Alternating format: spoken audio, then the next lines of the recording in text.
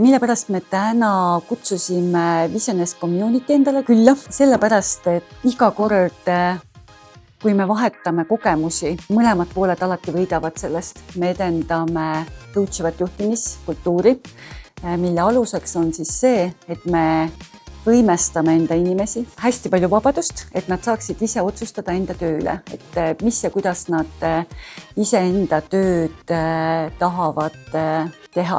Nendest viisidest, kuidas juhid inimesi juhivad, sõltub meeletult palju töötajate heaolu. Selliste kohtumiste käigus ka teised juhid jagavad, mis nende ettevõtetes toimub.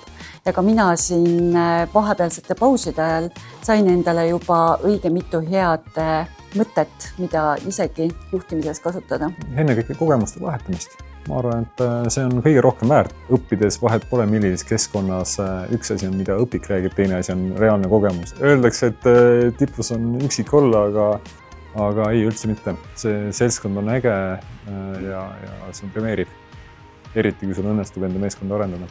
Kõik see, mis siin just mõned hetked tagasi nende tundide jooksul me saime, on otsesed ja vahetud kogemused, nii et need on kõige rohkem väärt. Juhtimisse panustamine on Elises üks olulisemaid fookuseid ja me olemegi strateegilisel tasandil juba üheskoos aru saanud sellest, et ka selline parima tööandja võti sõltub hoolivast juhtimisest ja kuna me tõesti panustame juhtimistegevustesse palju, siis hea meelega võtsime ka Visionisti juhtide kogukonna endale täna külla ja väga asjalikud inimesed jõudsid meieni, et hästi äge, et selline praktika on töösse läinud.